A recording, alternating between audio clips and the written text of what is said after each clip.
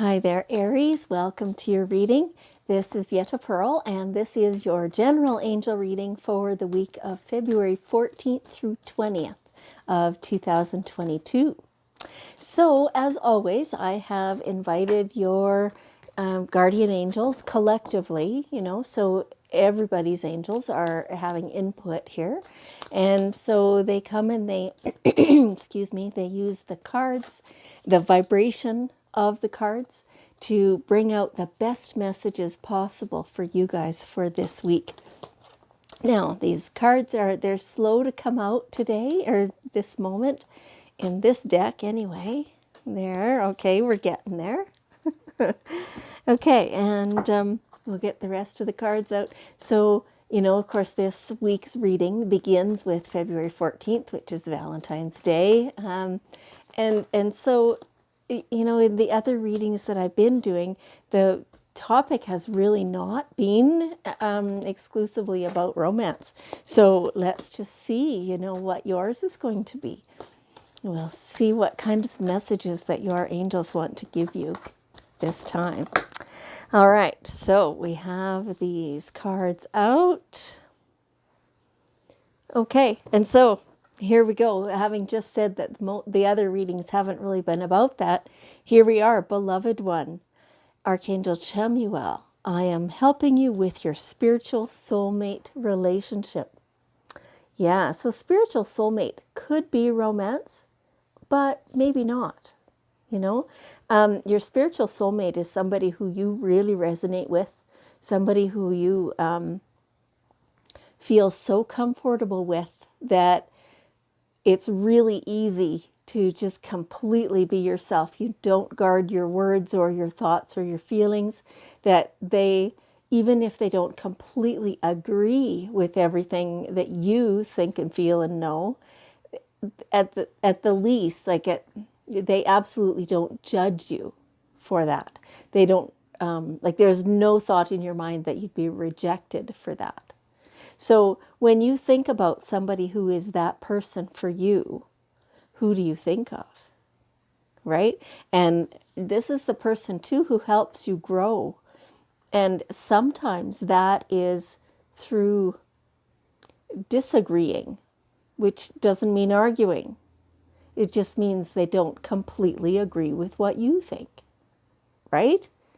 And so sometimes those are the people that really help you grow because they're pointing out different ways of seeing things than what you have been doing. And it doesn't necessarily change your mind or anything like that, but it does open you up to more possibility. And that is always a good thing. Okay, and so your angels want you to be aware of this person and really treasure this person, and check in with yourself and see, are you performing the same non-judgmental service for them as they do for you? Right. Okay. Feeling safe, seems to be what it's really about in that soulmate relationship. Okay. All right. And so you're doing a lot of healing within yourself. For some of you, this is physical healing. Some of you, it's mental, spiritual, emotional healing. And in truth, those are so intertwined that you cannot separate them. Just you might not be aware of some part, right?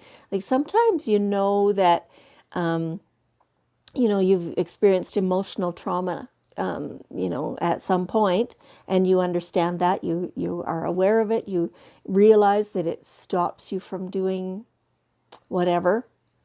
You might not realize how that's expressing itself in your physical. And maybe it isn't quite yet, right? Like the physical comes later usually. And so this healing, though, is all happening apace. So you're doing, some of it is deliberate. Some of it is kind of following along with what you're doing. Good for you. Good for you. And so your angels want you to really work at that, to be doing it on purpose, right? And so there's kind of a, doing it deliberately, the healing, the being aware, the facing things head on and seeing what you need to, dispel old stuff, right? And then there's the grasping at it and the working so hard at it that you're creating resistance. So, being aware of that. If you're working so hard at it that you're creating resistance, just stop. I know that sounds very simplistic, but that's exactly what it takes. Just stop. Like, just say, I'm tired of working this hard at this, and stop doing it. And then things will really go. I know that from personal experience. And so, the harder you work at it, the more resistance you create, the less healing you will do. Truth. Okay. And so it is time to do more listening than speaking. Feels like you've been, fairly vocal about some things in your life that maybe they're not suiting you. You're doing a lot of talking, you're explaining, you're trying to get people on board with you, or at very least trying to promote understanding. It's time to stop doing that so much. You don't have to be completely silent, but you don't need to be taking over every conversation either. And do more listening. All the things that you've been saying, for all the reasons you've been saying them, other people have their own very passionate point of view. And they are no more right nor wrong than you are. You are no more right nor wrong than they are. Give them a chance to do their own speaking, and give yourself a chance to do some listening. It all contributes to this healing and the promotion of love. Okay. Angels are just saying stop there. It's good there. Okay. Now, time to spread your wings. Branch out. What are those other things that you've occasionally thought, I would like to try that? And a lot of times when I get this card, they're talking about, professional things and opportunities, careers, that kind of stuff. But this just feels like fun things that you've been wanting to do. It's time. Just go do them. Take some time and gather the appropriate people and go do those fun things. These will really, you won't regret it. You won't ever regret it. The time that you're taking away from what you normally do, you're not going to miss that. It feels like that's why you haven't done this yet. Oh, I can't afford the time away from this really important stuff that I've been doing and whatever. No, you're not going to regret this. You will not notice that time. Maybe in the short term, but honestly, it's not going to be anything. It's not going to be a thing for you. So go do those fun things. Spread your wings. Try new things, with new people even, and really expand your world in that way. You will love it. You will love it. Okay. It feels like there's some of you trying a new musical instrument. So I'm not sure why that popped in. That's, for specific people of you. So give it a try. Give it a try. You will like it. Okay.